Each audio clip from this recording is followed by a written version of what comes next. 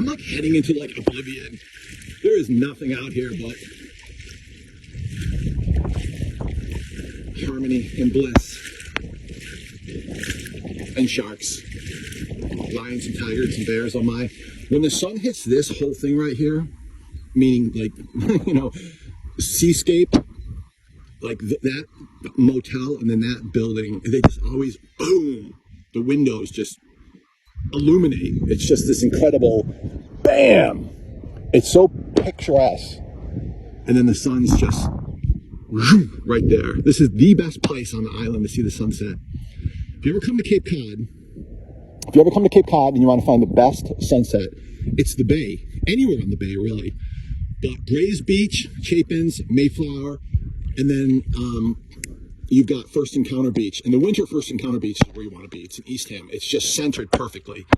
This time of year, no. It's Chapin's and Bayview and Grays. Grays is good, but it's a boardwalk, and you can't really walk in that water. You know, you could easily drown, and it has a lot of bacteria, and well, it's a marsh. It has some bacteria, but it also has quicksand. A lot of people don't realize this island has quicksand. It's more of a thick mud than a sand like they have down south or in like the Amazon or wherever. So you've got to be careful. You get stuck in it, you sink instantly like 4 or 5 feet, and then it stops.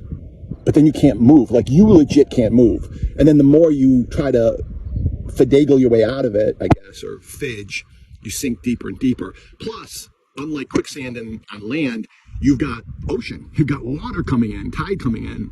So if you were at like right now, which kind of like not high tide, but it's not low tide either, and you were in the marsh and you hit quicksand and you just sunk down 4 or 5 feet and you were underwater, you're gonna drown. You're done. You're done. And that's what happens. It happens to that's why there's big signs everywhere.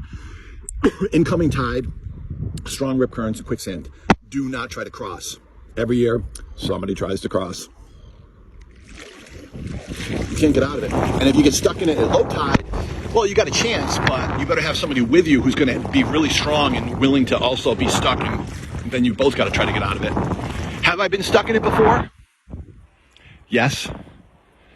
And I was by myself. And it took me 4 hours to get it took me about 4 hours, maybe 3 hours to get 4 feet. And luckily I was I was under the bridge that walks on Grays. Under the bridge. I was trying to get a shot of under the bridge, and I did, but I got stuck in quicksand. And luckily it wasn't high tide, but it was still almost up to my chest. And then the water was up to my neck.